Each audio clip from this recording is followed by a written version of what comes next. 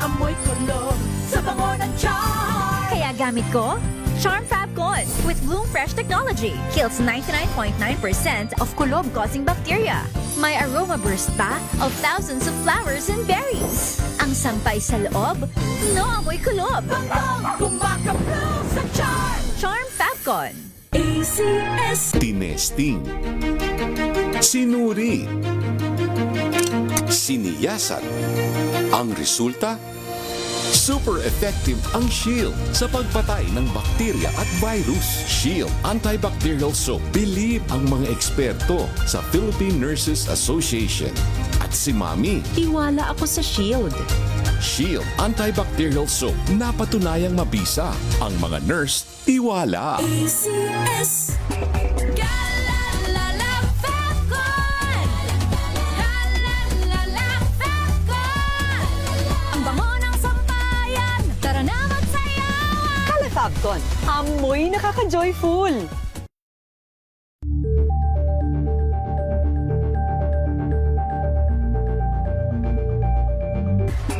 Galalala Fabcon! Galalala Fabcon!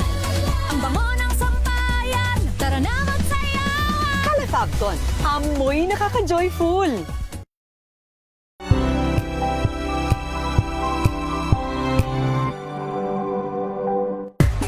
Galalala Fabcon! Galalala Fabcon! Ang bango ng sampayan, tara na magsayawan! Calefabcon, amoy nakaka-joyful.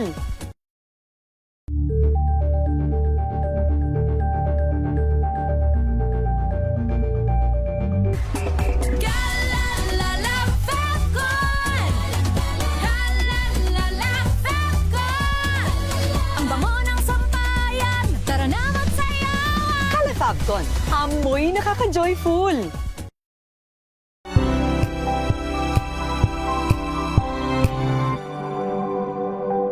Wow, ang saya! Isang barangay na labada, puro mancha pa! Goodbye, pahinga! Mommy, isang laba lang yan sa Pride Bar Blue. May powerful stain-away enzymes na malupit sa dumit mansya. At di masakit sa kamay! Isang laba lang yan. Hello, pahinga!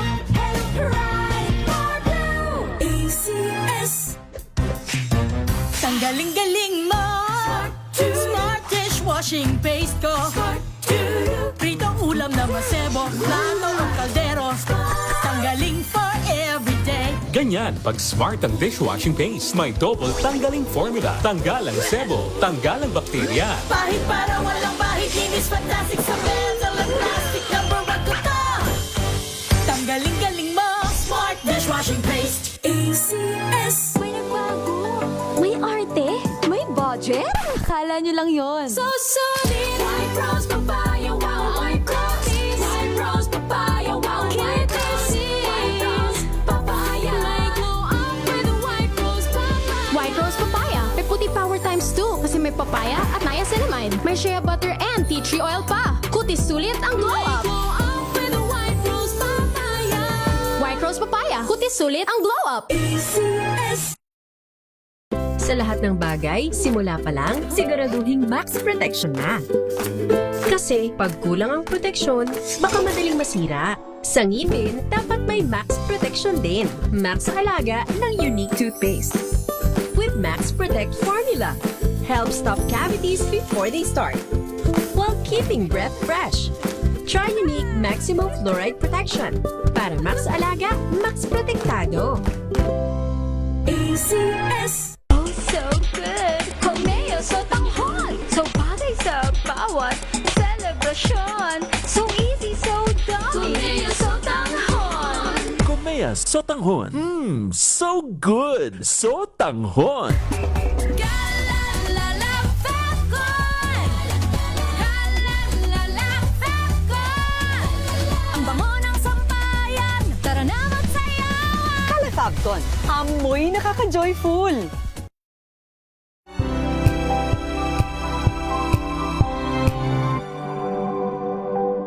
balita kasama Kauna-unahan sa Pilipinas.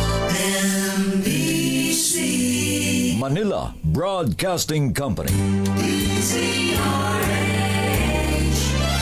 DZRH. Member, kapisanan ng mga broadcaster ng Pilipinas. Pilipinas, 11 minuto na makalipas ang alas 5 ng hapon. Dahil ang pamamahayag kailangan laging patas. Ang pagtalakay ng bawat issue dapat laging parehas. Narito na ang balitaan at talakayang hihimay sa punot dulo ng mga issue. Bawat panig ilalahad sa publiko. Programang DZRH Balansyado. Narito na ang mga balansyado sa pagbabalita at komentaryo sina Henry Uri at Karen Oyong. Balansyadong balita. Pilipinas, araw ngayon ng Martes sa 19 na sa buwan ng Mayo, taon 2026 sa ulo ng mga balansyadong balita. Piso, bigong makabawi mula sa record low na palitan laban sa dolyar. National Bureau of Investigation may lead na sa pinagtataguan ni Senator Bato de la Rosa. Panawagan na imbisigahan ng rotational brownouts lumalakas sa Kamara. 80 sa 121 flood control projects sa 1st District ng Davao pinaiimbestigahan sa Ombudsman. Bilang ng mga testigo ng prosecution sa paglilitis ng ICC laban kay dating Pangulong Rodrigo Duterte, aabot ng 20 hanggang 30. NBI pinayagan ng hukuman na magkaroon ng access sa gadgets ni ni PGMA founder Franco Mabanta. SRP na 53 pesos kada kilo ng bigas itinakda na ng DA. At suspect sa nag-viral na pananakit sa 3 taong gulang na bata sa Taguig, arestado. Samantala, bago sa ating mga detalye, meron muna tayong Flash Report. Flash Report! Dalawang district engineer ng DPWH sa car sinibak sa pwesto dahil sa kapabayaan sa road safety. Wala kay Manila girl Tina Nolasco. Tina! Let Henry sibak sa pwesto o sinibak sa pwesto ni Public Works Secretary Vince Dizon, sina District Engineer Isagani Caime at Engineer 3 Marjorie Banao ng DPWH Cordillera Administrative Region o CAR dahil sa kawalan ng sapat na road safety signages at traffic control device tulad ng concrete barrier sa nakatiwangwang na gumuhong bahagi ng kalsada sa Becca La Trindad, Benguet na ikinasawi ng isang siklista matapos mahulog sa bangin. Sa order of relief from duty na pirmado ni Secretary Dizon, effective immediately ang pagkakasibak sa pwesto ng dalawang district engineer. Ito si RH9 Tino Nolasco para sa DZRH, una sa Pilipinas, una sa Pilipinas. Flash Report. Flash Report! Maraming salamat, Tina Nolasco. Ngayon sa detalye ng mga balita. Naninindigan ng National Bureau of Investigation na hindi under attack at under siege ang Senado nung nakaraang magkaroon ng barilan sa loob ng kanilang gusali. Ginawa ni NBI Director Melvin Matibag ang pahayag nung idiin ni SPO Senate President Alan Peter Cayetano na under attack ang Senado. Sabi ni Matibag, tungkulin ng NBI na tiyakin ang seguridad sa paligid ng GSIS dahil ito ay request mula sa General Manager na si Rick Veloso. Aniya, hindi sila maaaring tumanggi dahil sila ay isang law enforcement agency. Samantala may hawak ng impormasyon ng National Bureau of Investigation o NBI sa kinaroroonan ni Senador Ronald Bato de la Rosa halos isang linggo matapos ang nangyaring gulo at pag-alis nito sa Senado. Kinumpirma ito ni NBI Director Melvin Matibag sa isang news forum ngayong araw, subalit tumanggi muna siyang magbigay ng karagdagang detalye upang hindi mabulilyaso ang kanilang operasyon at investigasyon. Ayon kay Matibag, kung mayroon mang individual na nakakaalam sa eksaktong lokasyon ng Senador ngayon, ito ay walang iba kundi ang kasamahan nitong si Senador Robin Padilla. Kasabay nito muling iginiit ng NBI chief na hindi under attack o inatake ang Senado nang mangyari ang putukan noong gabi ng May 13. Samantala, dapat unang suspindihin sa Senate President Alan Peter Cayetano kung command of responsibility ang magiging batayan. Ito naman ang diretsang sagot ni National Bureau of Investigation Director Attorney Melvin Matibag kasunod ng pila ni Cayetano na dapat siyang suspindihin.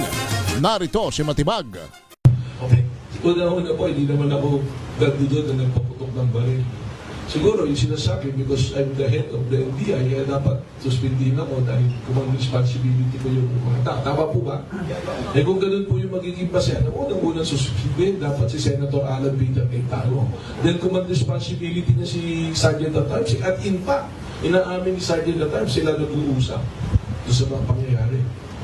So ako naman po, I'm willing to face any investigation. Kung ano man po, if I will be found na may kasalanan, I'm willing to serve kung ano man penalty na gagawin po natin. I think alam ni Ma'am Ichi yan sa tagal niyang kasama. Samantala, hindi iisantabi ng National Bureau of Investigation ang posibilidad na ginamit na escape route o daanan sa pagtakas ni Senador Ronald Bato de la Rosa ang katabing gusali na GSIS. Ayon kay NBI Director Attorney Melvin Matibag, bagamat hindi pa ito kumpirmado, madali umano itong gawin. Mayroon kasi anyang 7 entry points o lagusan mula sa Senado patungo sa karugtong nitong GSIS building bukod pa sa mismong gate. Pero ipinauubaya na ni Matibag sa mga nag-iimbestiga kung may ganito ngang naging plano ang kampo ni De La Rosa. Una nang lumabas ang report na nagkaroon pa umano ng rehearsal para sa pagtakas ng ICC wanted senator. 17 minuto na makalipas ang alas 5 ng hapon. Bigong makabawi ang piso laban sa dolyar sa pagsasara ng palitan ngayong araw. Bagamat hindi sumadyad, nananatili naman sa 61.75 ang exchange rate kada dolyar tulad ng naging palitan kahapon. Dahil dito, nakatala pa rin sa nabanggit na halaga ang record low, ang pinakamahinang palitan ng piso laban sa dolyar sa kasaysayan ng bansa. Ayon sa Banker Association of the Philippines, bahagya lamang nakaporma ang local currency sa kalagitnaan ng trading na 61.55. Binweltahan ng National Bureau of Investigation ang naging pahayag ni Senate President Alan Peter Cayetano na hindi umano matitibag ng ahensya ang Senado.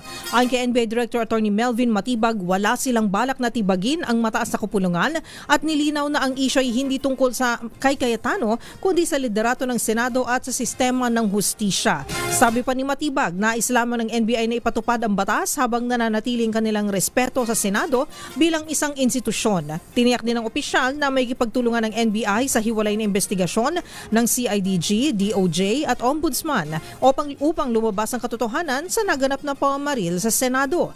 Gate ni Matibag, bukas sa transparent ng kanilang ahensya at handang sumagot ang kanyang mga ahente sa mga tanong ng mga nag-iimbestiga. 18 minuto makalipas ang alas 5 ng hapon. Samantala, muling isinailalim sa yellow alert ang Visayas Grid o isa sa ilalim mamayang alas 3 o ngayong alas 3 ng hapon. Simula kanina pong alas 3 ito ng hapon hanggang alas 9 ng gabi.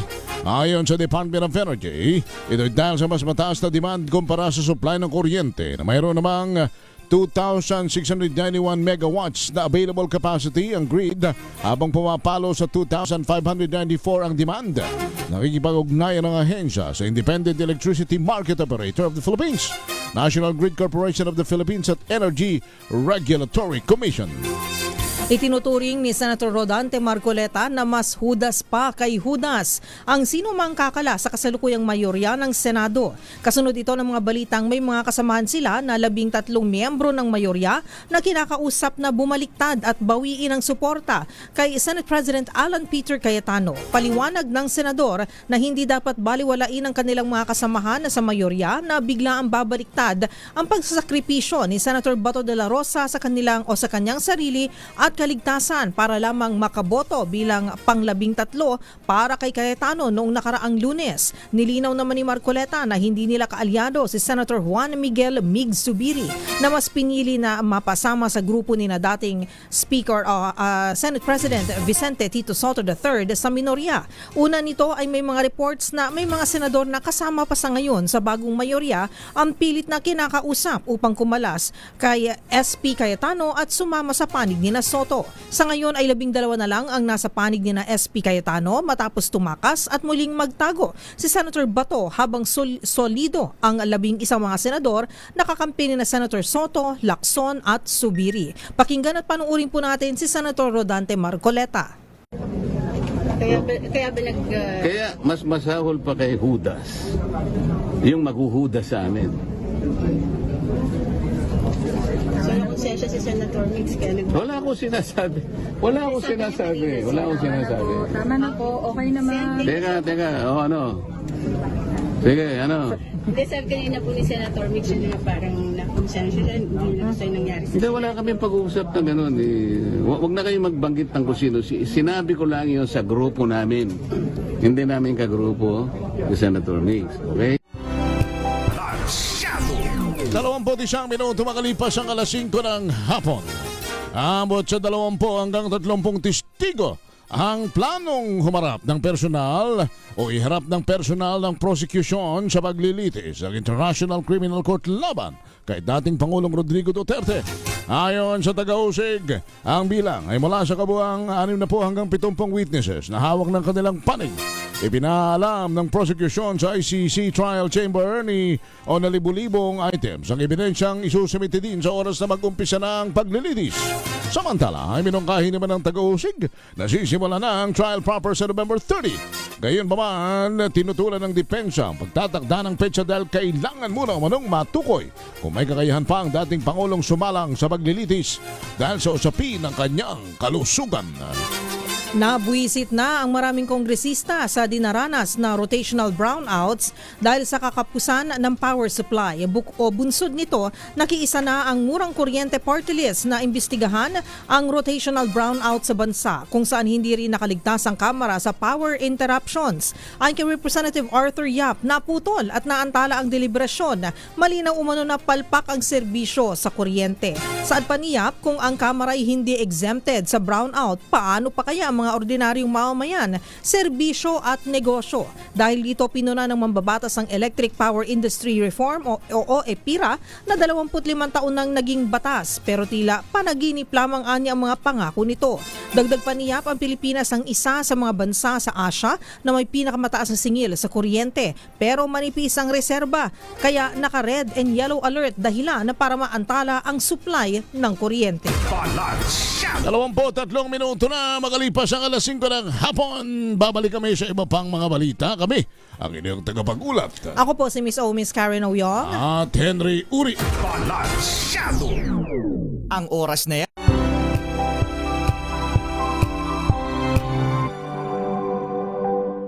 Araw-araw, iba't ibang mga bagay na dapat pagtagumpayan. Ang subok kong partner ay MX3 Capsule. Research-based na tested and proven. Helps avoid pain discomfort. Iwas-iwas sa sakit. Kailangan lang na long-term ang pag-inom 2 capsules araw-araw. Kasabay ng proper diet and exercise. I am able to make it with the right partner. MX3, dito ako bilib! Mahalagang paalala, ang MX3 capsule ay hindi gamot at hindi dapat gamitin panggamot sa anumang uri ng sakit.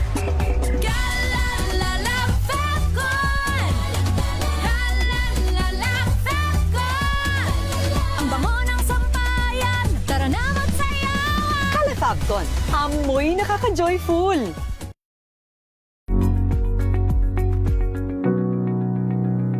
This portion is brought to you by HCS Manufacturing Corporation, ISO certified, maker of world-class quality Pride detergent. Normal na sa isang magkopol o magkasintahan ang makaramdam ng selos na nagiging dahilan pa nga ng mga hiwalayan.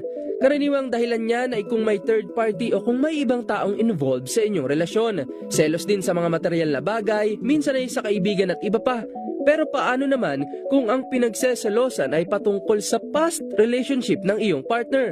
Nako, mahirap yan dahil ito raw ang tinatawag na retroactive jealousy o ang pagsiselo sa mga naging past relationship ng iyong partner. Ayon kay Emily Cook, isang family therapist, ilan sa mga senyalis na ikaw ay nakararanas nito ay ang pagkakaroon ng insecurities o ang pagkukumpara mo ng iyong sarili sa mga nating naging nobyo o nobya ng iyong partner. Isa pa ay ang pagkakaroon ng matinding interes, palaging pangungulit at pagtatanong para lang malaman mo ang background ng exes ng iyong kasintahan. Kaya naman narito ang ilang mga payo ni Patrick Chitham, isang clinical psychologist, kung paano nga ba may iwasan ang pagkakaroon ng retroactive jealousy. Una, dapat matutuhan at tanggapin ang ating mga sarili at isipin kung ang mga sasabihin at iisipin mo ba ay makatutulong o makabubuti ba ng inyong relasyon. Pangalawa, ugaliing ilagay rin natin ang ating mga posisyon sa iba. Kung gaano mo kagustong maging successful ang inyong relasyon, isipin mo na gayon din ang kagustuhan ng iyong partner, kaya't wag laging pangunahan ng mga bagay na wala tayong kontrol. Panghuli at ang pinakamahalaga sa lahat ay ang pagkakaroon ng bukas na komunikasyon sa inyong magpartner. Ika nga nila, communication is the key, kaya't ang pagkakaroon ng bukas na komunikasyon at pag-intindi sa isa't isa ang pinakamabisang paraan upang maiwasan ang pagkakaroon nito, lalo na sa mga nakaraan na tapos na. Kaya move forward and go for the better para tumibay ang inyong relasyon. This portion is brought to you by ACS Manufacturing Corporation, ISO certified, maker of world-class quality Pride detergent.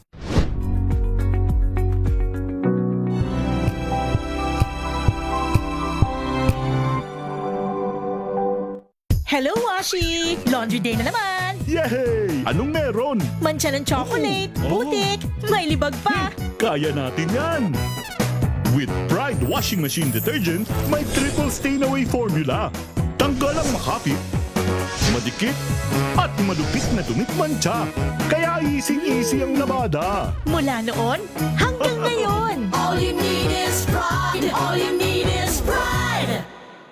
ACS. Oh, so good! Homeo so tanghon! So bagay sa bawat celebration! So easy, so dummy! Kumeo so tanghon. Kumea Sotanghon.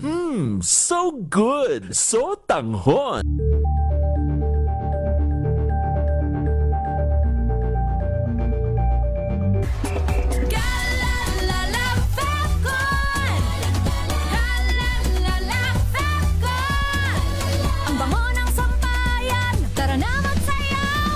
Fabcon, amoy nakaka-joyful!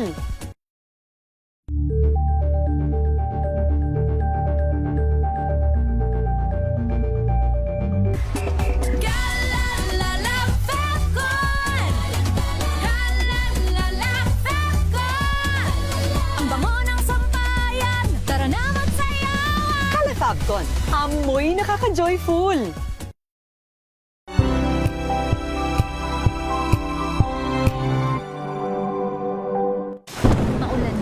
No worries na amoy kulog ang damit. Charm Fabcon, bangong kumakabloom, tanggal amoy kulog sa bango ng charm. Kaya gamit ko, Charm Fabcon with Bloom Fresh technology. Kills 99.9% of kulob-causing bacteria. May aroma burst pa of thousands of flowers and berries. Ang sampay sa loob, no amoy kulob. Bangong kumakabloom sa charm. Charm Fabcon. ACS. Tinesting, sinuri, siniyasan. Ang resulta? Super effective ang Shield sa pagpatay ng bakterya at virus. Shield Antibacterial Soap. Believe ang mga eksperto sa Philippine Nurses Association. At si Mami. Tiwala ako sa Shield. Shield Antibacterial Soap. Napatunayang mabisa. Ang mga nurse, tiwala. ACS.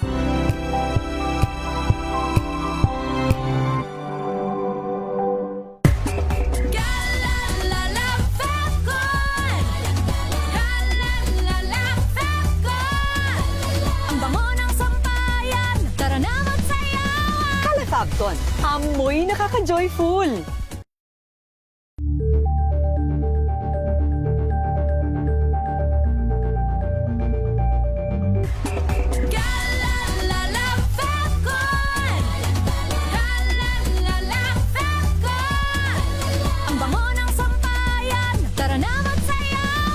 Fabcon, amoy nakaka-joyful!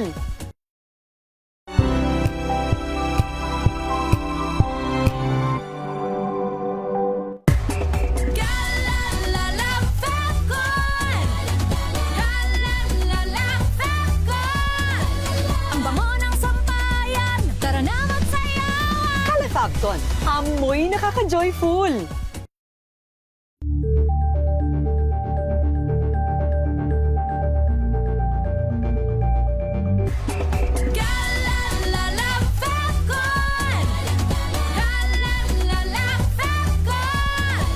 Ang bango ng sampayan, tara na magsayawan. Kala Fabcon, amoy nakaka-joyful.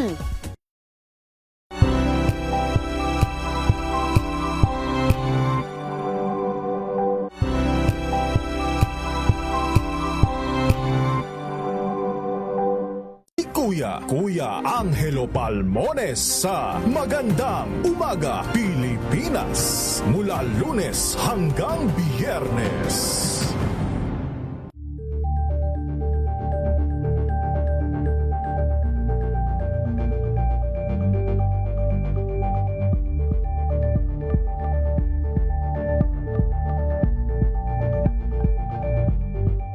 We've got you covered.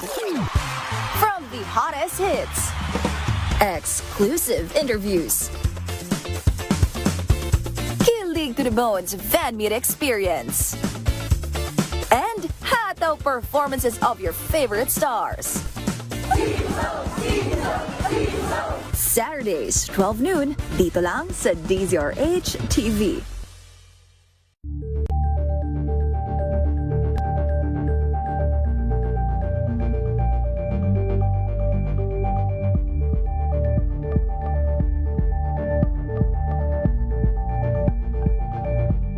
Curious ka ba sa maraming bagay? Kami na ang bahala dyan. Aalamin, tutuklasin at bibigyang linaw namin ang mga katanungang bumabagabag sa inyong isipan. Sa programa kung saan ang bawat sagot ay galing lamang sa mga eksperto. Ang Expert's Opinion, tuwing linggo 3:00 ng hapon, dito lang sa DZRH TV.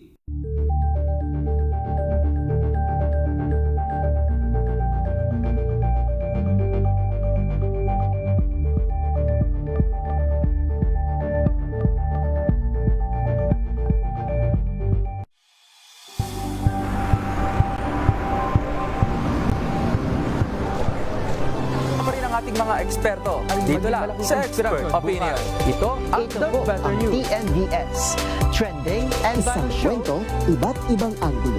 Dito sa Point. Bawat pananagutan ating tatalakayin dito sa Hoy. Bawal yan. Pilipino, dito lang sa DZRH, matchable entertainment and lifestyle. Ito ang MBC TV Network News. Una sa Pilipinas, una sa Pilipino.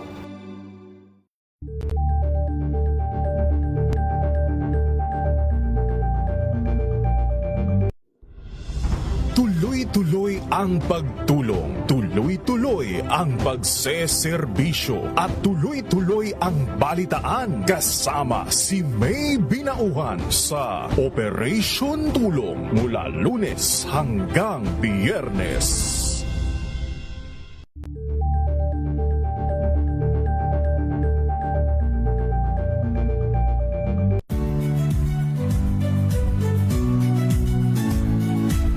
Magandang araw mga kaibigan. Ito po ang inyong balerina ng bayan, si Lisa Makuhay Lizalde, na nag-aanyaya sa inyong samahan kami at ang aming mga espesyal na panauhin para sa kalahating oras ng masayang kwentuhan sa aming programang Art to Art, kung saan ang usapang sining at kultura ay para sa lahat.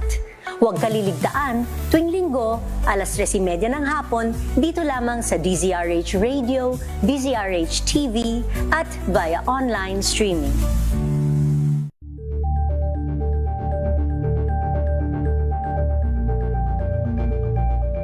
Tambalang Anthony Taberna at Jerry Baha ang gigising sa inyong umaga dahil lalatay ang humahagupit na diskusyon at komentaryo Lunes hanggang Biyernes sa 2x2.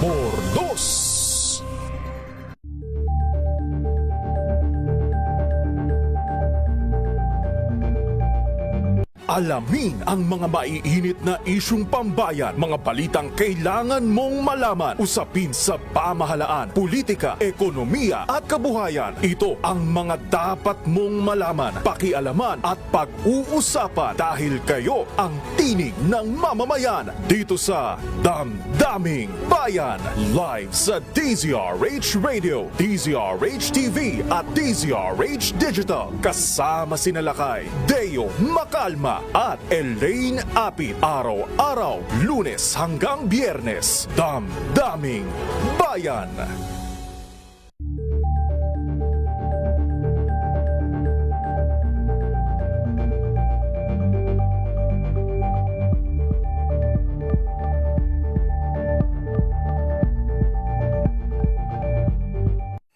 Mga balitang gigising sa inyong umaga. Mga balitang kailangan mong malaman. Mapapakinggan sa ACS Balita sa 2x2.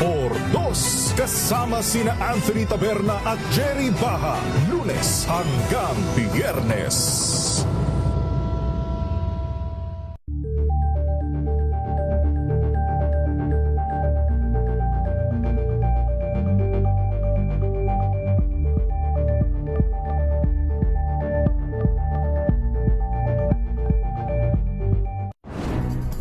Good vibes ang hanap mo? Dito ka na sa sigurado! Mula sa mga istoryang nagbibigay ng inspirasyon hanggang sa mga kwentong may dalang solusyon.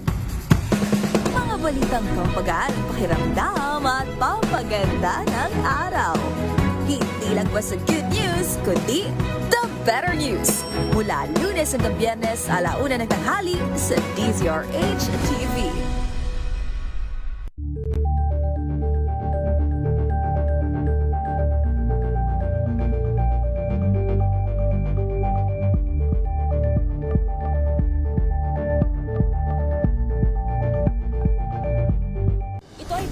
Naitalang 17 individual na ang kanilang naaresto.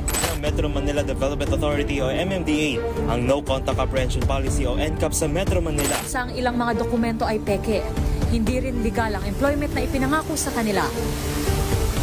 Sa mata ng batas, mananagot ang sangkot at may sala.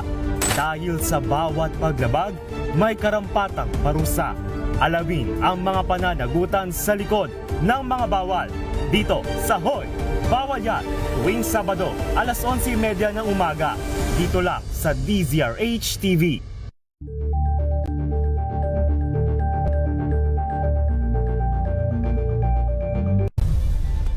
Nagsimula sa pangarap hanggang sa maabot ang tagumpay. Iba't ibang kwento, iba't ibang mukha ng atletang Pilipino. Mas pinatindi, mas pinalakas, at mas pinaaksyon sa Match Point tuwing Sabado, 12:30 ng tanghali sa DZRH TV.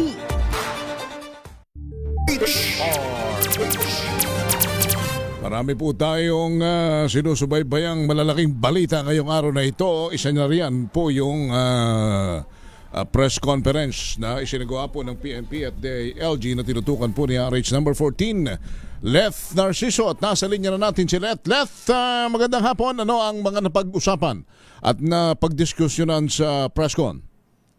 Henry, walang nangyaring pag-atake sa Senado. Iyan ang deklarasyon ni DILG Secretary John Vic Remulla matapos ng isinagawang investigasyon sa nakalipas na 6 na araw kaugnay ng nangyaring tutukan sa Senado noong nakaraang Miyerkules. Sa press briefing sa Malacanang, tinawag ni PNP Chief Jose Melencio Nortates ang pangyayari na gun-related incident at hindi shootout. Ipremisinta ni Remulla at Nortates ang kumpletong timeline ng pangyayari kasama ang ebidensya gaya ng CCTV. Makikita sa CCTV footage na si suspended Senate Sergeant at Arms Mau Aplaska ang unang nagpaputok ng baril nang makumpirma na may NBI agents sa GSIS building. Nangyari ang putukan ng mamatay ang ilaw sa Senado at tanging emergency lights ang gumagana. Binanggit rin ni Remulla na alam ng Senado na magkakaroon ng pagpapatibay ng mga pinto sa GSIS. Pakinggan natin yung bahagi ng pahayag ni Secretary Remulla. Unang-una po, gusto ko pong isaad na pagkatapos ng 6 na araw na masusing pag-iimbestigasyon, paghagila po ng lahat ng available videos, interviews, affidavits, ay marami po kaming conclusion na nakuha. Unang-una po, for the record, all evidence points that there was no attack on the Senate. I would like to repeat, all evidence points that there was no attack on the Nakita rin sa CCTV footage ang kulay puting sasakyan na may plakang DAV 1225 na napag-alamang nakarehistro kay Senator Robin Padilla. Ang pinaniniwala ang sinakyan ni Senator Bato de la Rosa palabas ng Senado bandang 2:30 ng madaling araw noong Huwebes. Isinumite na ng PNP ang resulta ng investigasyon nito sa Department of Justice na bumuo naman ng panel of prosecutors para pag-aralan at timbangin ang mga ebidensya para sa kaukulang mga kaso. Binanggit ni Justice Secretary Frederick Vida na kaninang tanghali ay nakapag-submit na rin ng kanilang report ang National Bureau of Investigation. Ito si Lieutenant Narciso para sa DZRH. Una sa Pilipinas, una sa Pilipino. Maraming salamat, Lieutenant Narciso. So yan po ang lumabas sa press conference, partner, na ayon sa investigation based from what DILG Secretary John B. Cremulya says, walang pag-atake na naganap sa Senado at yun daw kung puting ban na umano ay pag-aari ni Senator Robin Padilla ay siyang di umano ay doon sumakay din si Senator Ronald Bato de la Rosa, and tayo ho'y mag-aantay ng panig ng dalawang senador na yan o ng Senado, lalo na po from our Senate President, and of course yun hong sinuspending Senate Sergeant at Arms na si retired General. Yun din yung gusto ko sana ring maklaro, yung kanyang side kasi si dating Senate Sergeant at Arms sa Plaza, sabi niya ay warning shots yung pagbaril na pagbaril nila, pero alam naman natin na nakita natin sa mga footages ng mga media na nagko-cover doon, nagulat sila, nagulantang, pakiramdam nila sila ay ninervyos. So ibig sabihin ay may threat, nakaramdam sila ng threat at may mga damages, di ba, partner? Sa kung saan mang itinutok yung di umano'y warning shot. So dapat isa rin yan sa mga malinaw sa investigasyon. I think what they missed is a prior coordination between agencies. Kasi kung sa pulso simula ay nagkaroon sila ng maayos na koordinasyon That's sa isa't between isa. NBI, di ba? Alam niyo, kahit siya ang ahensya ng gobyerno, mapa-personal man o mapa-ahensya man, yung coordination between agencies and between authorities is pretty much important. Kaya lagi nating sinasabi, wala ba kayong Viber? Balansyado! O baka naman... Wala ba kayong group chat? Wala ba kayong CG? Ano yan? CG? GC pala. Baliktad. Group chat. Ay nako, teka muna. Ang ka-chat muna natin ngayon, dito tayo sa malapit at ito'y talaga ito ang dapat nating pinag-uusapan at ito ang dapat na narinig ng tao sapagkat ito po'y kakawing ng issue ng bituka. Si Assistant Secretary Arnel de Mesa, Yusek na ba ang sabi mo sa akin? Tawagin ko na nga Yusek ito. Yusek Arnel. Promote na natin. Department of Agriculture, Yusek. Magandang hapon. Hello po, sir. Hi, Ka Henry and Karen. Partner Karen. Yes, hello po. Asik lang. Kasi, Secretary Laurel, baka naman yung A, pwede mo nang palitan ng U. Ng U. Napakasipag naman itong mamang ito. Si Asik Arnel, nakasama natin sa Masaganang Pinas noong nakarang Sabado. I know. Alas 10:30 hanggang alas 11:30. At maganda yung mga pinag-usapan natin, no? Asik, ang daming mga good news galing sa kagawaran. You'll never go wrong with this guy. Ito, magaling talaga ito. Tsaka masipag naman ito. Pero, tika muna, Asik, aabalahin namin kayo. Kasi yung SRP na 53 pesos kada kilo ng lokal na bigas. When you say lokal na bigas, ito yung ani, ng magsasaka binili sa iba't ibang probinsya. So hindi ho kasama yung imported na bigas. At when we say lokal na bigas, kahit anong variety po niyan, kasi may sinandoming, ano pa ba yung may kung ano-ano pang mga variety, ano ho. Basta local 53 na yan, kahit anong variety yan. Tama ba, Asek? Imay-may natin, Ka-Henry. Una, yung doon sa atin sa locally imported, meron tayong pinapairal by virtue of Executive Order number 118, yung price cap for 5% imported na bigas. Ito ay implement din nationwide for a brief period na 30 days lamang. Ngayon, ito namang sa anong tawag dito sa local rice ay para rin ito sa 5% broken rice na natin, parang the same category, at ito ay 53 pesos naman. At ang implementation natin dito ay para sa suggested retail price. So ibig sabihin, yung price cap kasi mandatory yon. Itong suggested retail price, hindi to price ceiling. Guide lang ito para sa ating mga consumers, para itong ating locally produced rice ay cap at 53 pesos. Teka muna, Asek. Explica lang, partner. Ano ba ang pagkakaiba ng price cap at selling price? Yung price cap, yan talaga yung maximum na presyo ng 5% imported na bigas na dapat makita sa palengke. Again, marami kasi tayong classification ng bigas eh. Itong 5% broken, yan yung premium natin, Ka-Henry, Karen.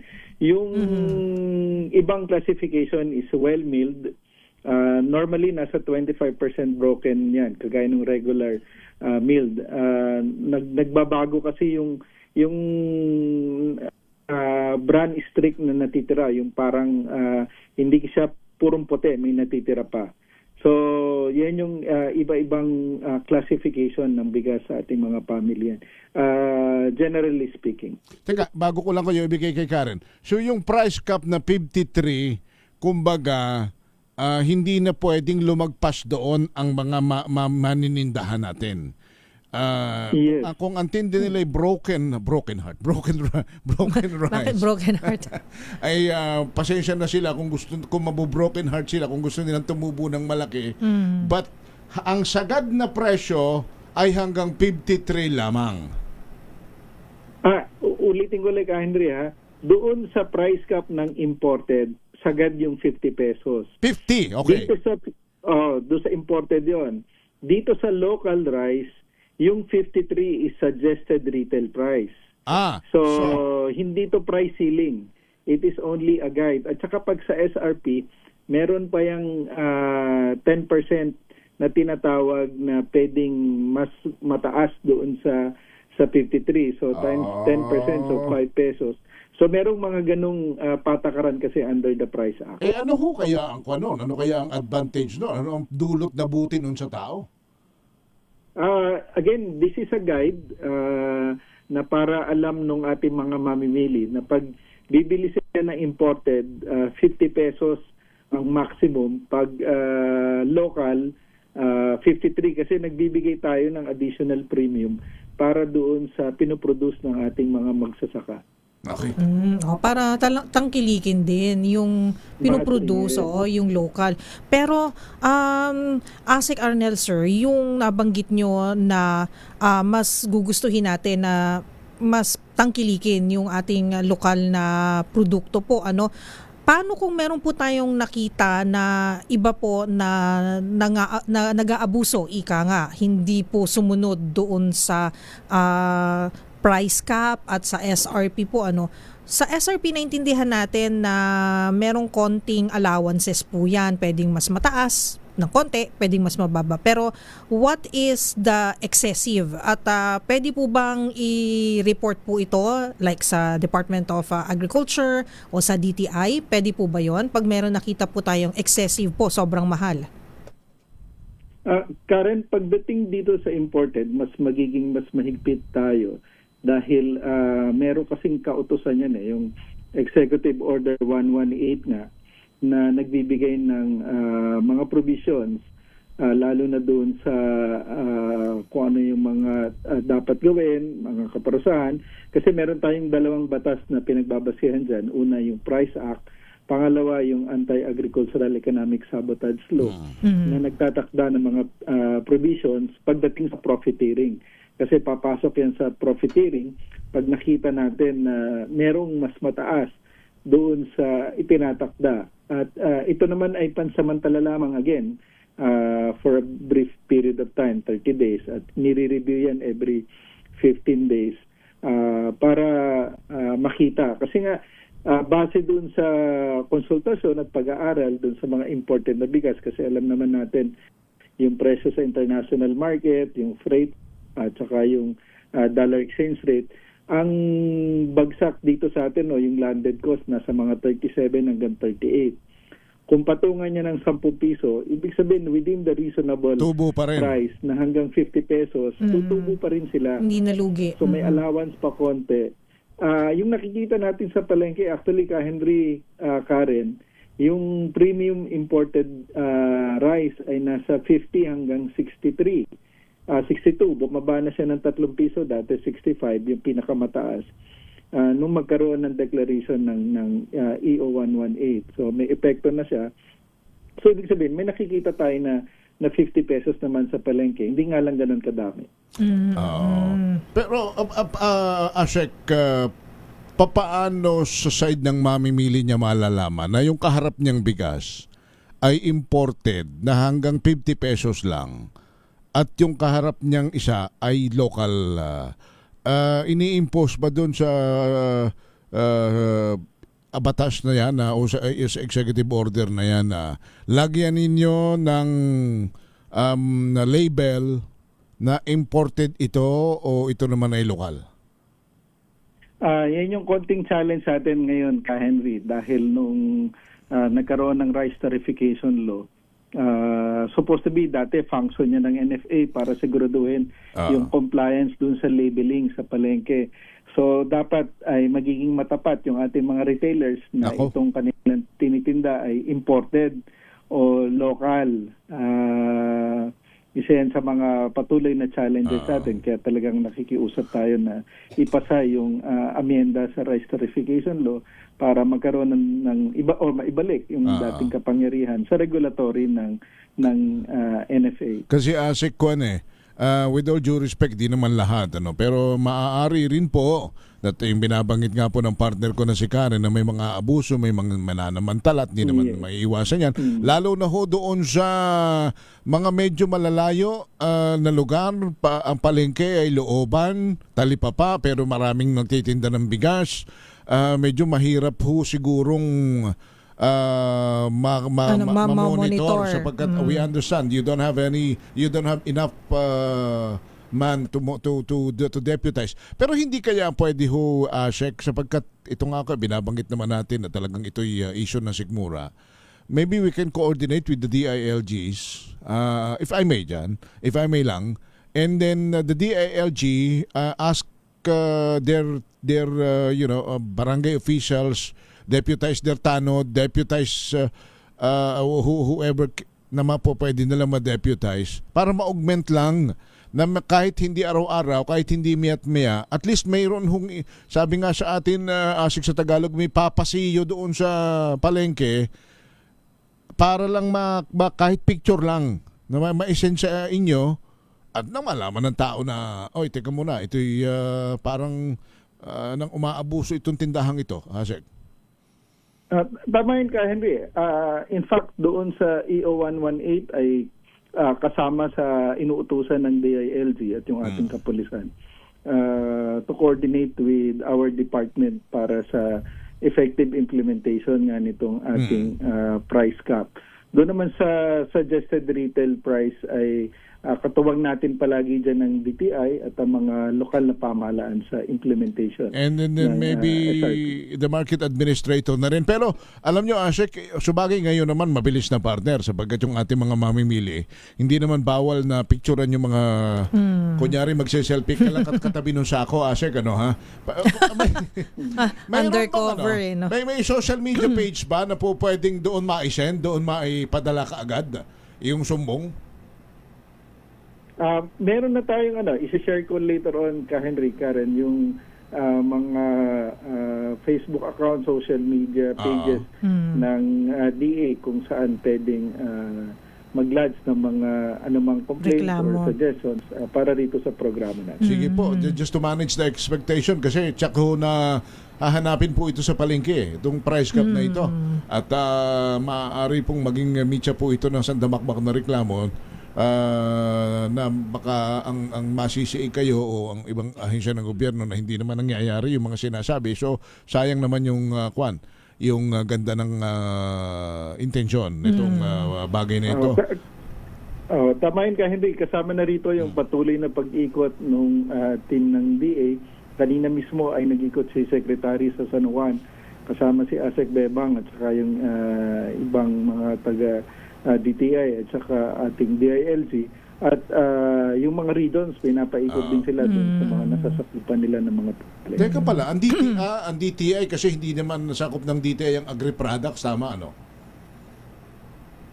Ang delineation natin basta raw products pa sa DA yan pag meron ng processing DTI na. DTI na punto na. Kaya ito hindi pa sakop pa. Pero yung every Saturday no sa programa namin, lagi naming ina-announce pala ni ASEC, may mga bentahan naman ng mas mura pang bigas. Yung benteng bigas, tama ba ASEC? So, pero hindi pa po... Tuloy-tuloy yan. Yes, tuloy-tuloy. Pero napapansin ko po na every week ay nadadagdagan yung mga, kumbaga, mga areas o yung mga pwedeng puntahan kung saan nagbebenta nito. So, ilan na po ba tayo para naman malaman ng mga kababayan natin? Luzon, Visayas at Mindanao po ba pinag-uusapan natin o dito lang po muna yan sa NCR? Sa buong bansa, yung ating kadiwa ay more than 600 na. Target natin ay maka 1,000 tayo na kasama rito sa programa natin ng kadiwa. At yun nga, patuloy na dumadami yan at patuloy natin na i-announce yung mga bagong lokasyon kung saan nagkakaroon ng mga kadiwa outlet. Yun lang by schedule nga lang. So, kailangan alamin. Oo. Ano pala And kung saan. Oo. Ano pala ang provision dun sa AEO ng penalty sa lalabag? Ano yun? Doon sa Anti-Agricultural Economic Sabotage Law at saka sa Price Act, mas mabigat doon sa Anti-Agricultural Economic Sabotage, hanggang 10 million yun kung mapapatunayan talaga doon sa profiteering. At pwedeng basta may batas pag nilabag mo, pwede ka talagang may kulong pa yan. May kulong. So matatanggalan pa sila ng ng ano ba to? Permit to to operate a business. Kasama yun. Kasama yun. Sa sanction. Anyway, sige, Asek, salamat po na marami for picking up our call. Thank you so much. Thank you po, Asek. See you sa Saturday, Asek, sa Masaganang Pinas. Yes. Maraming salamat ka, Henry. Thank you. See you. See you po. Asek soon to be Yusek Arnel Dimes. Ng department. Siguro lang, partner, talaga namang sa panahong ito ngayon kasi ho ang pagdamay at pagmamalasakit sa kapwa, lalo pagdating ho sa bigas. Sana ito'y maging bukal na lang sa puso ng lahat ng mga maninindahan. Sapagkat talaga namang mahirap i-monitor ng gobyerno yan, lalo ng DA. Ang mga polis, hindi rin naman pwedeng yan na lang ang tututukan. Ang mga barangay tanod na nabanggit ko, maaari kaya nga, sabi ko, partner, paminsan-minsan hindi rin pwede. Ang daming ibang mga petty crimes sa kanilang inaasikaso And that's their priority. So yung mga magtitinda, yung mga retailer, yung mga, alam ho namin, mahirap ang buhay. Pero yung landed cost na hanggang 37, 35 pesos at kung papatung mo ng 10, 5 piso, hindi na masama yun, partner kumbaga, kumita ka na doon Tandaan ninyo, ang negosyong tumutulong sa tao, na siya ninyong pangunahing motibo, lalo pong gumaganda at tumutubo ang inyo pong business na ganyan. Pero kasi marami na tayong nakilala, partner, na sa sobrang laki ng patong, sa sobrang taas ng presyo, hindi tumagal, partner eh. Hindi tumagal. Hindi siguro, unang-una, hindi. Alam mo naman yung word of mouth recommendation. Pag sinabi nung kapitbahay mo, naku, wag kang bibili sa tinamaan ng kulog na yan, ate. Ang presyo niya Kumbaga, sira ng kredibilidad mo. Sa dami ba naman na magtitinda, partner? Oo. Ang dali naman lumipat. Marami kang kompetensya, tandaan mo yan. Pero kapag ikaw ay halos talagang alam ng tao na punong-puno ng malasakit yung negosyo mo, at sinabi mo na hindi na baling tayo'y kumita ng kakaunti, pero marami naman tayong suki. Di ba? Yan ang yan ang prinsipyo ng mga kaibigan nating Chinese. Di ba? Kita konti, dami suki. Ay kita mo naman, partner. Minsan bagsakan talaga yung presyo. Pero ang bumibili mas marami at bulto-bulto silang bumili. Ganun. Bawi mo rin yung partner. Bawi rin. Actually. Isipin mo. Kung sa kada araw naman wholesale, kumbaga. Kung sa kada araw simot yung bodega mo ng yung in-stock na bigas. Kaysa dun sa kabila na ang patong niya sa kada kilo ay 10, 15 pesos, wala naman, halos bumibili. Alam mo, masisira lang yung stock niya pag ganun. Sayang. Anong tawag dun sa lumang hindi mag-expire na? Binubukbuk lang yan pagka... Yung tawag nila doon, di ba? So, hindi na quality, di ba? Kanya nga. So, yun sana prinsipyo. Hindi lang naman sa bigas. Lahat ng mga negosyante na nakikinig sa amin ngayon. Kita konti, dami suki. Basta maganda yung produkto, di ba? Tsaka hindi nyo linaloko yung mga customer nyo. Di ba kanya nga dyan sumikat si Diwata eh? Naalala mo ba si Diwata kung bakit biglang umalagwa yung kanyang buhay? Na medyo sumablay lang ng konti sa attitude. Pero bumabalik naman na ngayon. Bumabalik naman na ngayon dahil mukhang natuto na. Alam mo, marami kasi may gustong sumakay din sa kanyang kasikatan nun eh. Pero yun ang naging prinsipyo ni Diwata eh. Marami, medyo mura. Abot kaya. Abot kaya. Maraming freebies. Dami suki. Tapos natawa lang ako sa reaction niya nun kasi marami nagsasabi, ano ba meron dito? Di naman masarap. Di ba gumanon? Sabi niya, hindi siya apektado doon. Nabilib nga ako. Sabi niya, nag-expect pa kayo sa presyo. Tsaka di ba, ang dami namang freebies. Kumbaga yung pwede na, okay na. Hindi naman yung sinabi pinakamasarap yung pares ko, di ba? Hindi naman siya gumanon. Tsaka ganito naman. Sa mga nakikinig at mga parokyano naman, ganyang maliliit na negosyante, natin, huwag na pa natin pakialaman yung baka medyo suplada, baka, alam mo, naintindihan natin. Gusto natin pleasant palagi. Kanya lang, marami mga, hindi naman tayo lang ang may pinagdadaanan, baka may pinagdadaanan din pagod, problema. Basta ang mahalaga, tayo kumain, tayo bumili. Kung ayaw natin, wag tayo lumipat. Wag na natin siyang siraan, di ba? Tangkilikin hanggat kaya kasi nakakatulong tayo sa kanila. Tsaka ang bigat naman noon na sisiraan mo pa. Maglalaan ka pa ng oras para siraan siya sa social media, di ba? So, mga negosyante, kita konti, daming suki. Laki rin kita. Di ba? Laki rin kita. Baka tikimin nyo naman kami. Baka naman gusto nyo i-promote pa namin ang pangalan ng negosyo ninyo. Sabi naman ni Don, kahit daw 2 putahe lang at saka mainit-init na sabaw. Ano ba yan? Babanggitin na namin ni Don. Ano Don? Okay ba Don? Ex-deal daw. Alam mo naman si Don, mababaw lang kaligayahan yan. Nagko-cooking show pa nga yan. 603, babalik kami. Ako si Henry Uri. At ako po si Miss Karen Oyo. This time check is brought. Hello, Washi! Laundry day na naman! Yay! Anong meron? Mancha ng chocolate, putik, may libag pa! Kaya natin yan!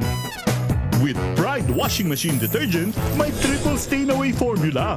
Tanggal ang makapit, madikit, at malupit na dumit mancha. Kaya easy-easy ang labada. Mula noon hanggang ngayon! All you need is pride. All you need is pride. ACS. Wow, ang saya. Isang barangay na labada, puro mancha pa. Goodbye, pahinga. Mommy, isang laba lang yan sa Pride Bar Blue. May powerful stain-away enzymes na malupit sa dumi at mansya. At di masakit sa kamay.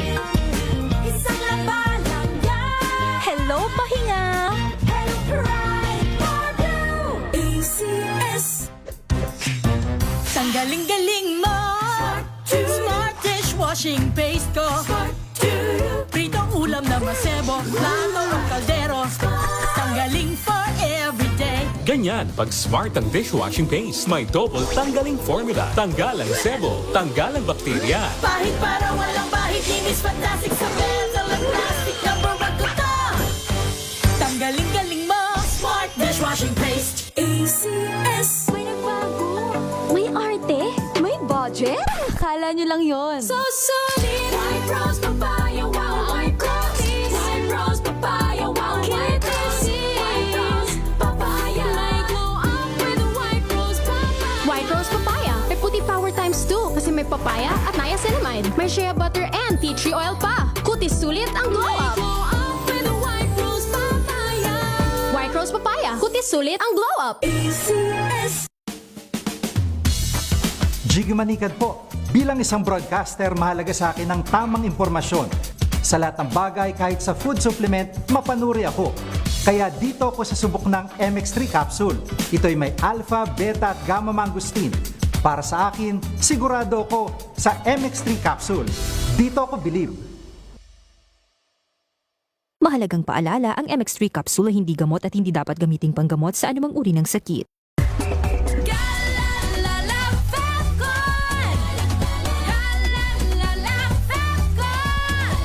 Ang bango ng sampayan. Tara na magsayawan. Calefabcon, amoy nakaka-joyful.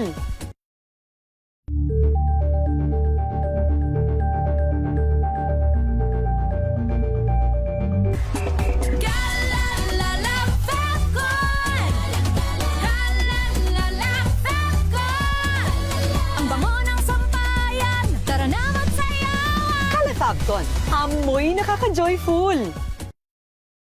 Mga wais na paraan para mapanatiling sariwa ang gulay. Alamin. This portion is brought to you by ACS Manufacturing Corporation, ISO certified, maker of world-class quality Pride detergent. Ang mga berde at madahong gulay pagkatapos hugasan ay mainam na ibalot sa dyaryo. Ilagay ito sa isang container o sealed plastic bag bago ilagay sa ref. Ang mga kamatis na may i-store lamang sa room temperature at ilayo sa direct sunlight dahil napapabilis nito ang pagkahinog. Ngunit kung ito ay hinog na, ilagay na lamang ito sa ref. Paalala naman, ang bawang, huwag balatan kung hindi gagamitin. Ilagay lamang ito sa isang open container. Habang pagdating naman sa patatas, ilagay ito sa paper bag o ibalot sa dyaryo. At para naman sa biniling sitaw, carrots, broccoli, cabbage at celery, ibalot ito sa paper towel bago ilagay sa resealable plastic bag o container at saka ipasok sa ref. This portion is brought to you by ACS Manufacturing Corporation, ISO certified, maker of world-class quality Pride detergent.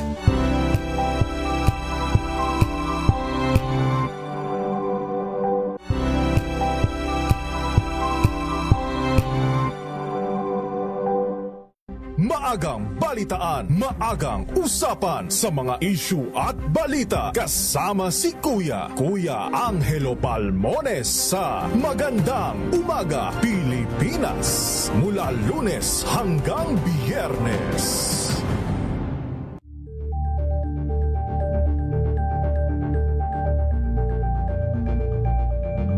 We've got you covered. From the hottest hits, exclusive interviews, kilig to the bones fan meet experience, and hataw performances of your favorite stars. Saturdays, 12 noon, dito lang sa DZRH TV.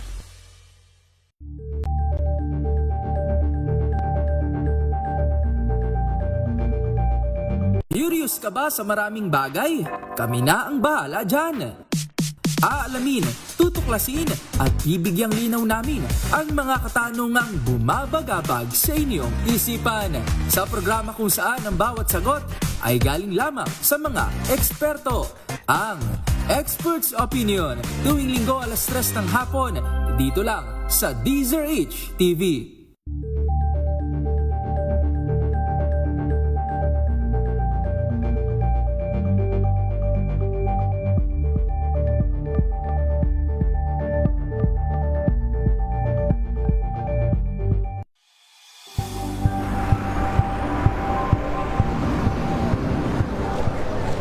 Pa rin ang ating mga eksperto. Dito lang sa Expert Opinion.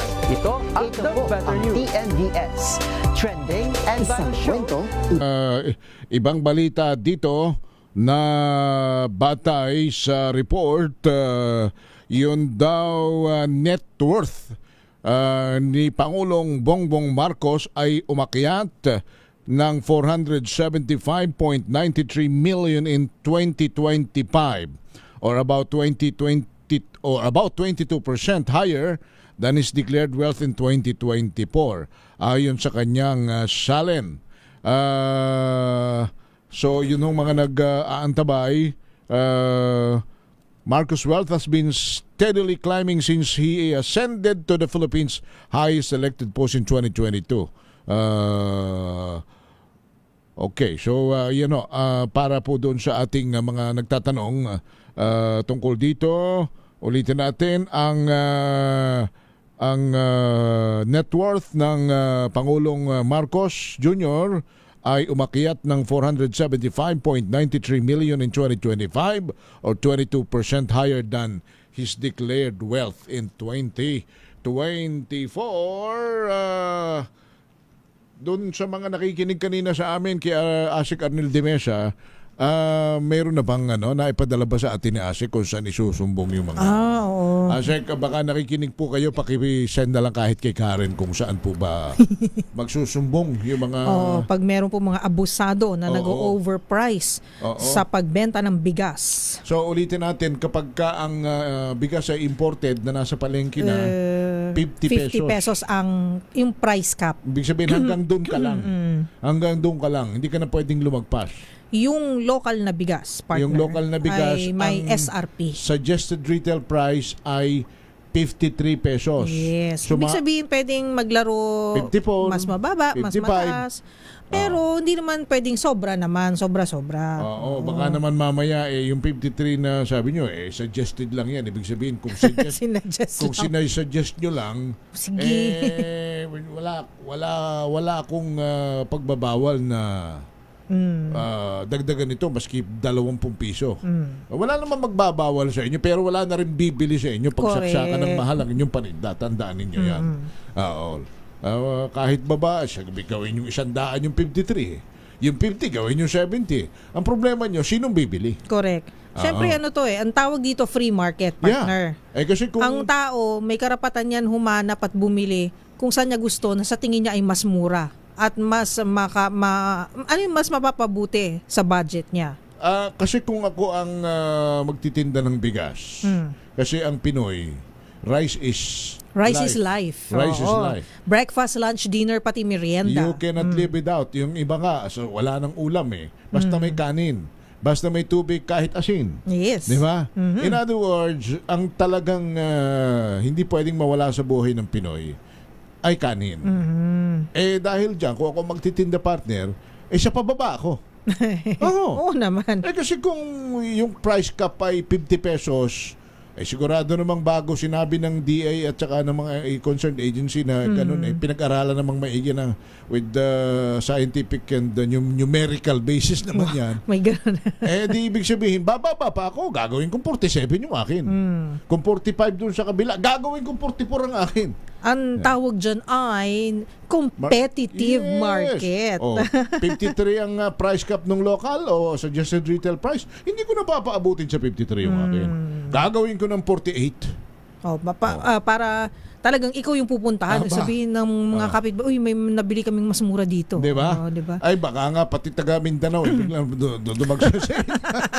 Biglang mag-angkat na. So that's actually market strategy po yan. Tawag niyan.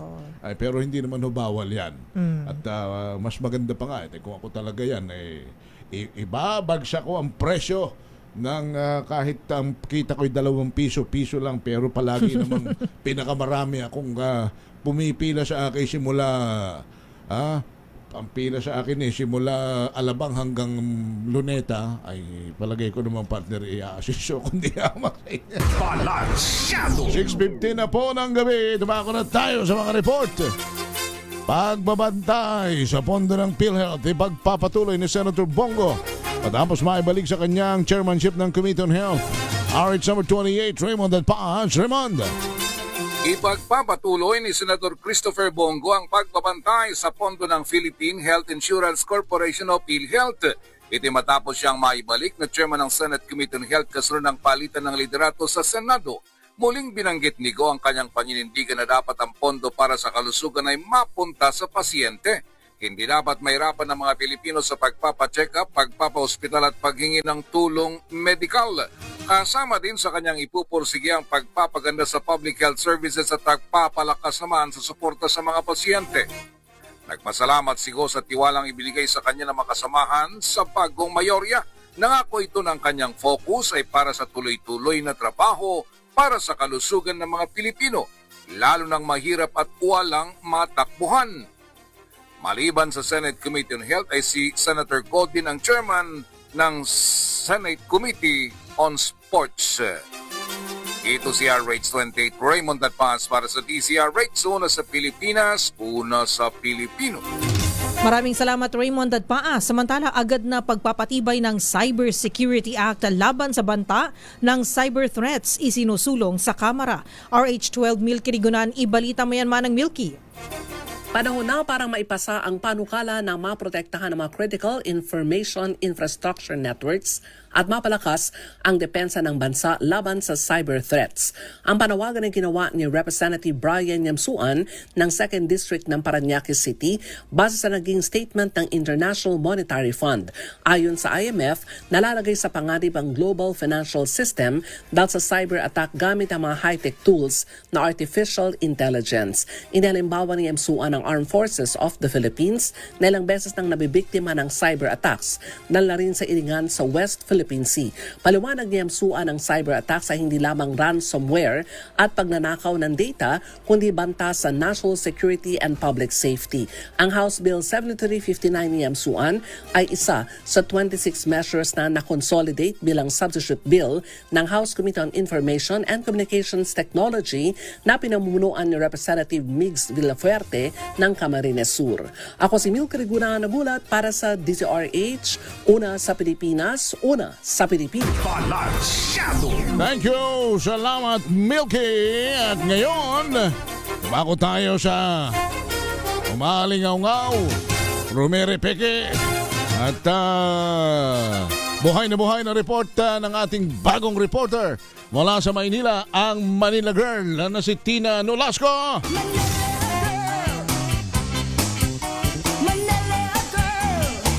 Eto na! Mula kay Tina Nolasco, Office of the Solicitor General, hiniling sa Supreme Court na ibasura ang petisyong umaapilang isa-ilalim si Pangulong Marcos sa drug test at medical exam. RH9, Tina Nolasco. Tina! Hanip ang intro mo, Tina. Henry, pinababasura ng Office of the Solicitor General o OSG sa Korte Suprema ang petisyon na naglalayong isa-ilalim nga si Pangulong Ferdinand Marcos Jr. sa mandatory hair follicle drug test, physical at mental examination. Kaugnay ito sa ilhaing petisyon ni dating House Speaker Pantaleon Alvarez at iba pa upang umano'y matukoy ang tunay na kalagayan ng kalusugan ng punong ehekutibo sa gitna ng mga aligasyon na maaaring makaapekto sa kanyang kakayahan gampanan ang tungkulin bilang presidente. Ginamit na batayan ng kampo ni Alvarez ang Article 7 Section 12 ng Saligang Batas kung saan nakasaad na dapat ipabatid sa publiko ang estado ng kalusugan ng Pangulo sa oras na magkaroon ito ng malubhang karamdaman. Gayunman, inilatag ng OSG sa Korte Suprema ang mga sumusunod na legal na argumento kung bakit dapat ibasura ang petisyon.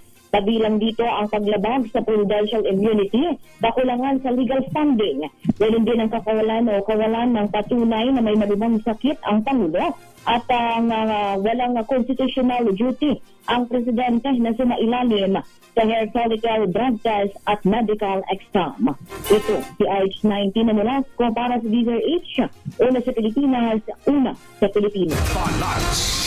Thank you, Manila girl, Tina Nolasco. Kita mo naman, partner, ha?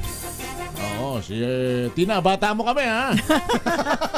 Ayan ang ating si Tina Nolasco, ang ating reporter na iikot-ikot dyan sa lungsod ng Maynila at mga karatig na lugar. Si Tina, kaya ako gustong makilala ng mga kababayan natin. Si Tina kasi ang pumalit dun sa ating programang advocacy at tuwing Sabado.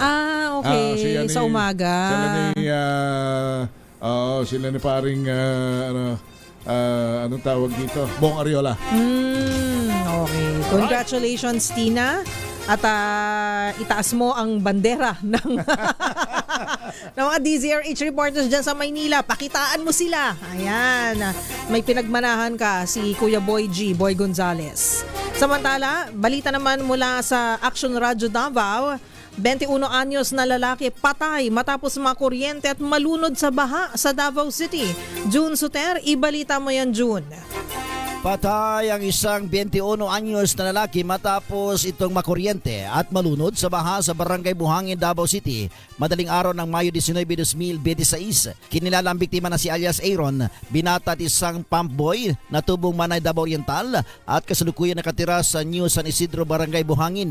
Batay sa investigasyon ng Buhangin Police Station, nadiskubre ang biktima na palutang-lutang sa baha sa harap ng inupahan nitong bahay dakong alas 2 ng madaling araw habang nasasagawa ng rescue operation sa mga pulis, katuwang ang barangay at Central 911 Davao. Agad na nirespondihan at dinala ang biktima sa Southern Philippines Medical Center, ngunit idineklara itong dead on arrival alas 3:15 ng madaling araw. Ayon sa attending physician, sanhi ng pagkamatay ng biktima ang cardiopulmonary arrest dulot ng electrocution na sinundan ng pagkalunod sa baha. Sa kasalukuyan, nasa morgue ng ospital ang labi ng biktima para sa karagdagang pagsusuri. Ito si June Suter para sa DZRH. Una sa Pilipinas, una sa Pilipinas. Thank you, June Suter. Samantala, Russian President Vladimir Putin nakadakdang bumisita sa China ilang araw matapos naman ang pagbisita ni President Donald Trump ng Amerika. Balita mula kay Jackie Resio. Jackie!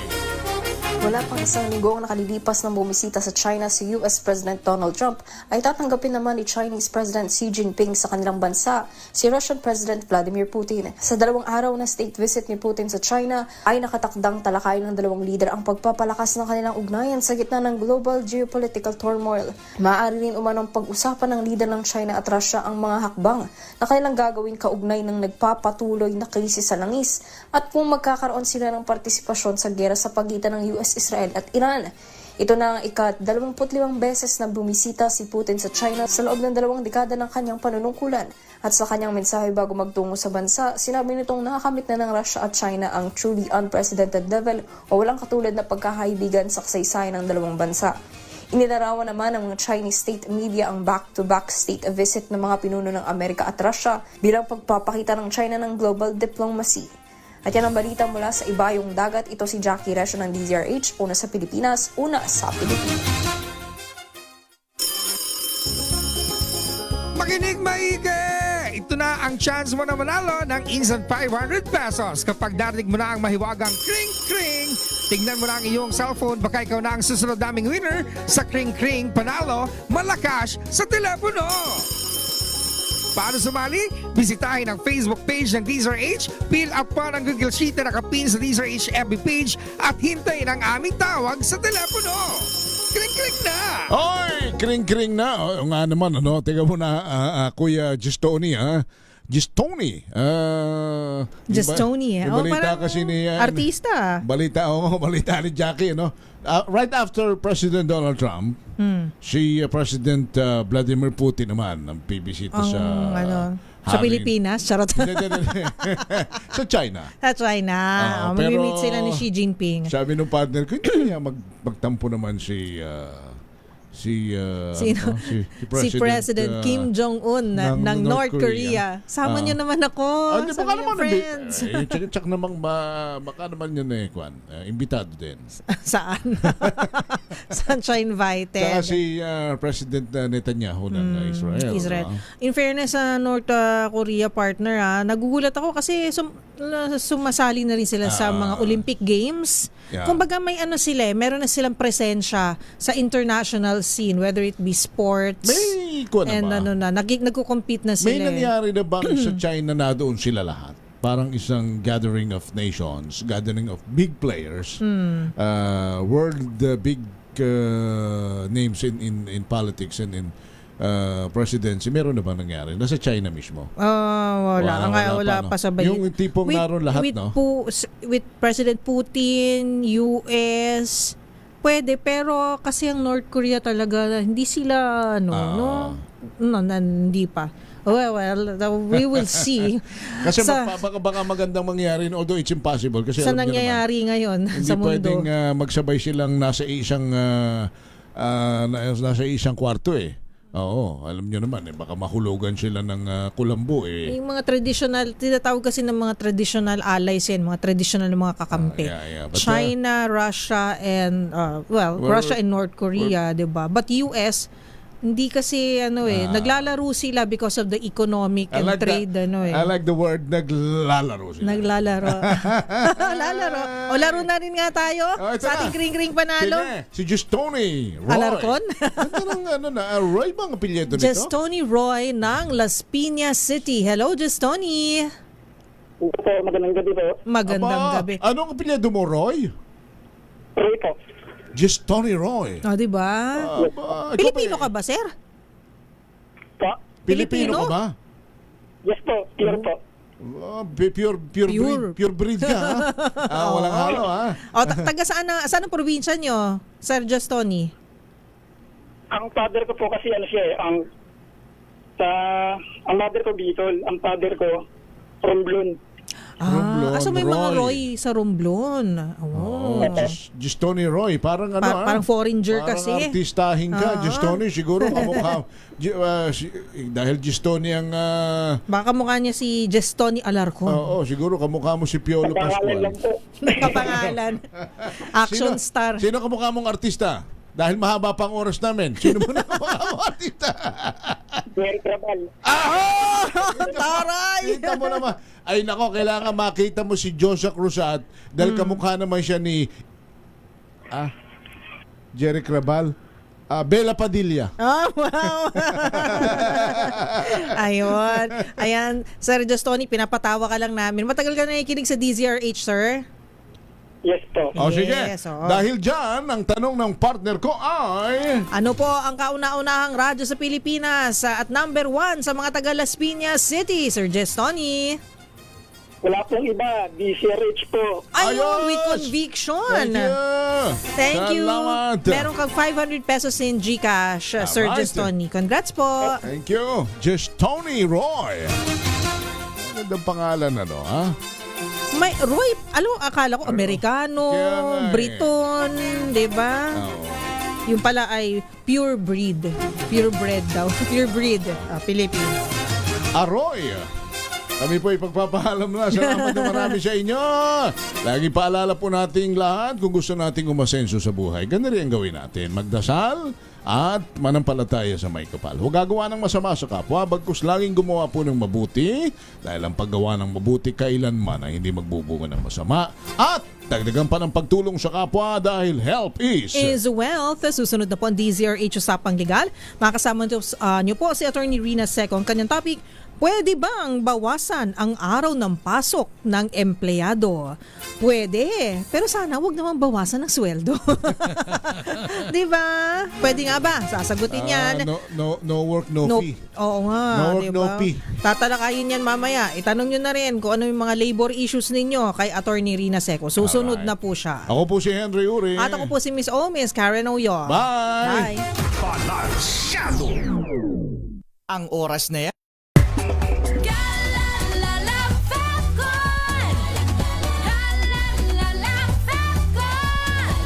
Ang bango ng sampayan, tara na magsaya. Hamilton, amoy nakaka-joyful.